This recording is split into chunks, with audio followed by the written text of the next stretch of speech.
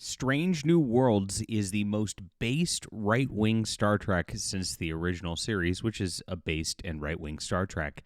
It's pretty amazing. I guess maybe they're trying to get back to that original series aesthetic in some ways, but they've tried. It's interesting. You could see them trying to message a little bit, but their messaging turns off. It goes in the wrong direction, at least for what they're trying to accomplish. And it's been, especially in this third season, something where they've really elevated the right-wing concepts, which has been a lot of fun on this level. Now, they're doing something infuriating as well with every episode of this season, more so than the other seasons. It's making it a little bit hard to watch, which I'm going to get into in just a moment. And please hit the like and subscribe button as we talk about all things science fiction here. And I've been reviewing Strange New Worlds as each episode comes out this year. So go check out my other reviews for the season so far. I'm a science fiction writer, so I come at this from a science fiction writing perspective. And this is my Stars Entwined. If you like Star Trek, if you like especially like Deep Space Nine and latter Next Generation, this is going to be the type of stuff that you really enjoy. I was very inspired actually by an original series episode, which is the Enterprise incident, where Kirk and Spock dressed up as Romulans and started working as spies over there. And so I have a situation here where a human gets genetically modified to spy on the Arishans, and hijinks ensue. It gets very personal, very deep, and a big war builds up over the 3 books. Grab this. It's really, really good science fiction. You're going to like it. It's in the description below. And I'm actually writing a space exploration series that's going to dovetail out of this war, which is going to be a lot of fun, too. And it's going to really hit the heart of what's the feel of Star Trek is that Strange New Worlds is missing. So please grab this. Get on the newsletter and get the Stars Entwined. Get the whole trilogy this weekend. It's available on ebook, print, and audiobook to make it easy for you. Thank you guys for being here and for checking these out. I appreciate you for reading. All right. So, yes, What is Starfleet came out this week. And there's been a hallmark of Strange New Worlds. And if you look at all the episodes of Strange New Worlds so far, you have a trend and a pattern. You have, well, the first episode is, of course, a fight with the Gorn, which feels like a traditional deal. Traditional Star Trek episode. Second one's like, okay, they're tying in Trelane and it doesn't really work out, and it's a weird side universe thing where it's like a romantic comedy, so it's not really Star Trek feeling. Didn't work very well. The episode 3 is a zombie episode with Star Trek. Didn't work very well. Space Adventure Hour is tying in a holodeck to some murder mystery thing in the 1960s where they make fun of Gene Roddenberry and Star Trek. Really the worst episode of the show, maybe, except for the musical episode. Crazy on that level. This one, episode 5, Through the Lens of Time, actually felt like a Star Trek episode, finally. They were actually exploring something, looking at archaeology and doing some cool stuff, and they had some cool concepts in it. This is one I give my stamp of approval for. And then this one was also felt like a Doomsday Machine type of episode. So we out of the 6 episodes prior to this, only half of them actually feel like Star Trek episodes.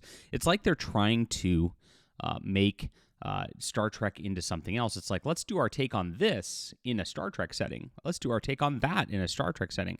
And this one, episode 7, they unfortunately failed in their presentation yet again, doing a documentary on Starfleet from the perspective of some theater kid guy who shows up on the ship, who's the brother of like the lesbian-looking lady. And he is anti-Starfleet and trying to paint things as anti-Starfleet over it. And it really doesn't work out as a documentary. And even as a documentary, it doesn't work.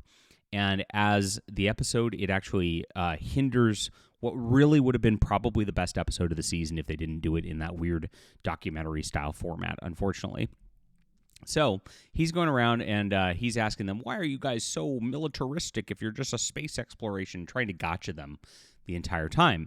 And this gets pretty interesting. And I'm going to title this video that is based in right wing, and there's a reason for that over the course of this. Actually, Captain Pike in episode 1 says the Lord's Prayer at the end of it, and actually shows he's a Catholic.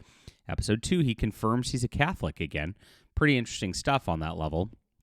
Really interesting that they've gone that direction. Of course, they've not really gone super political over these last few episodes. This episode 6 was kind of weird. It ended on a weird note where they killed a lot of people rather than solving the problem. It very felt on Star Trek in that level. That kind of set this up, I guess, was the whole intention of that.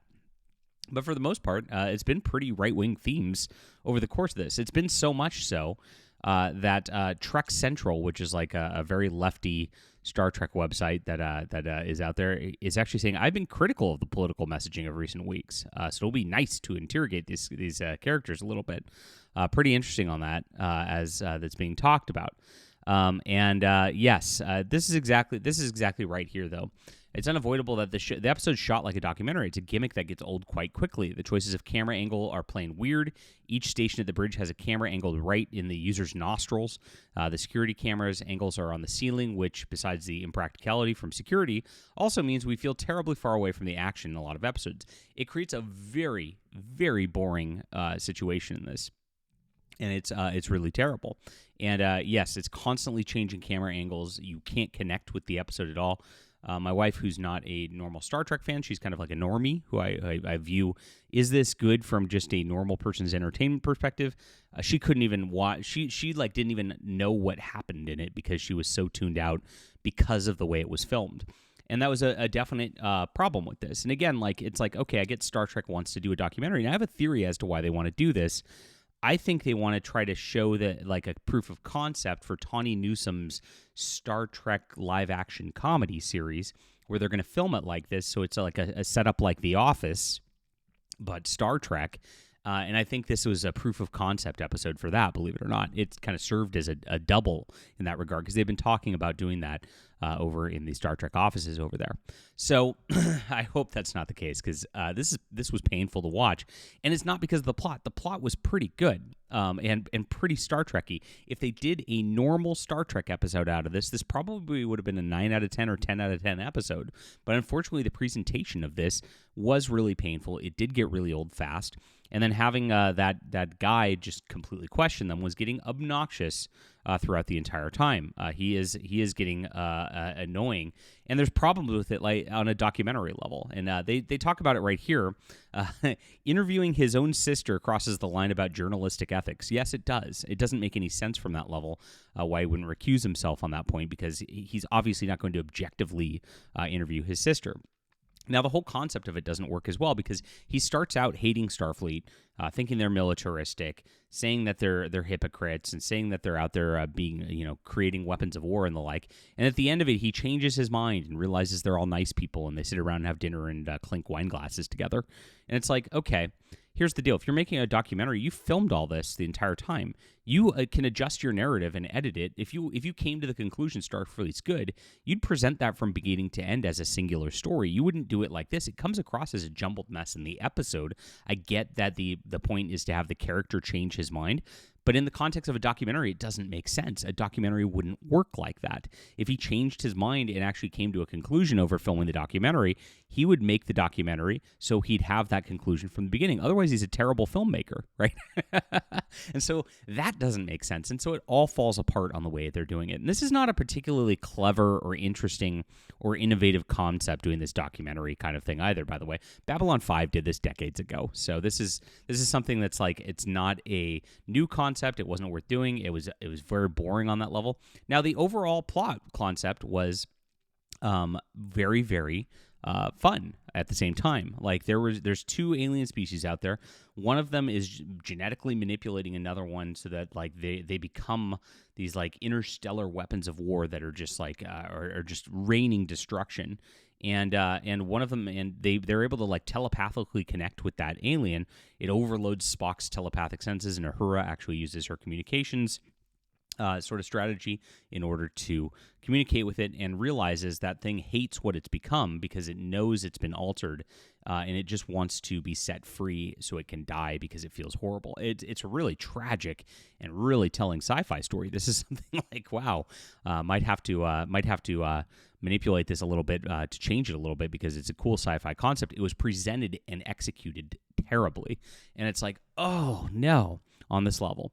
But that doesn't mean there weren't redeeming qualities to this either, because I like I said, the documentary presentation, making it not just a normal Star Trek episode, is the hallmark of the problem of Strange New Worlds. They refuse to just do normal Star Trek episodes, and the whole point of Strange New Worlds is to get Star Trek back to normal Star Trek. Discovery was a big nightmare of like convoluted storylines that went throughout a whole seasons, felt really dark, didn't feel like Star Trek whatsoever. And Strange New Worlds was supposed to be the antithesis to that. We're going to do single episodic things. We're going to make it feel like Star Trek. And I think they did pretty well in season 1. And then they kind of started to drift a little in season 2. In season 3, they've gone full board, just refusing to do Star Trek episodes. And this is exactly what this is at this point. Now, like I said, the background ends up pretty cool. And I like those alien creatures. The design of it looked really cool. If they did this normally, it would have been fantastic. But let's get into the real right-wing element where this all goes. You have this theater kid guy who is like clearly a lefty, obnoxious goth kid who's like trying to be a virtue signaler about his left-wing politics in Starfleet.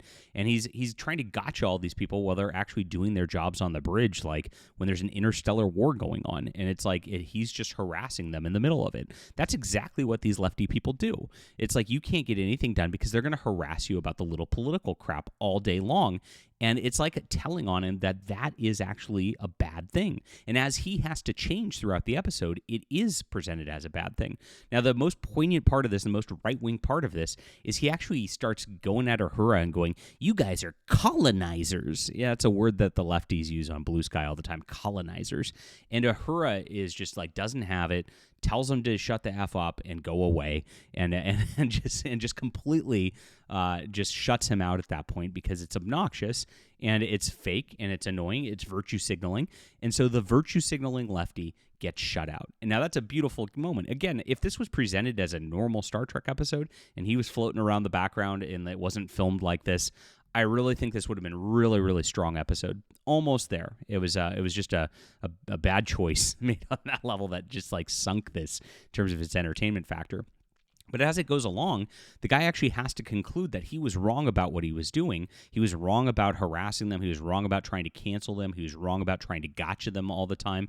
And that he has to change his ways and understand that these are good people doing their jobs. And that's exactly what the left needs to figure out. You leave us alone and stop this kind of nonsense. It was really a right-wing message, like I said, that was pretty good. And it's pretty funny that Trek Central actually like was talking about the politics of the season and how they're criticizing it. And this was like the most heavily political episode in terms of its messaging, in terms of the entire season so far. And it was a really good message. So good message, good concept, poor execution. It's kind of what Strange New Worlds is in a nutshell. All right. Leave a comment down below with what you think about this. Please hit the like and subscribe button. If you like my thoughts on science fiction and writing, please check out my Stars Entwined. Grab the whole series of the Eurasian War in the description below this weekend. Really appreciate you guys for reading and for loving science fiction. You're amazing out there. And sign up for my newsletter so you don't miss my new space exploration series coming soon. Appreciate you guys being here.